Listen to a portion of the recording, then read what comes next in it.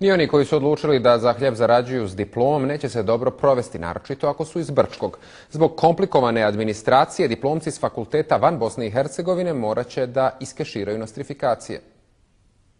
Zoran Jovanović, diplomu prostornog planera stečenu na Geografskom fakultetu u Beogradu, morao je da nostrifikuje da bi konkurisao za posao u Brčkom.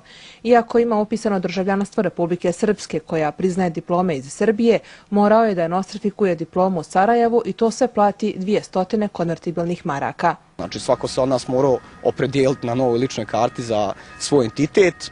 Znači bez obzira što se ti opredijelio za entitet, ti moraš znači, u ovom slučaju da izvršiš nostrifikaciju, znači ta priča ne važi. Ja praktično vršim prevođenje diplome sa srpskog na srpski i plaćam još za to.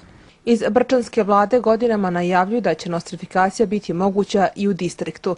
Iako je zakon donesen prije godinu, a pravilnik tek prije nekoliko dana, nostrifikacija diploma u distriktu nije zaživjela jer nije formirana komisija koja će obavljati ovaj posao.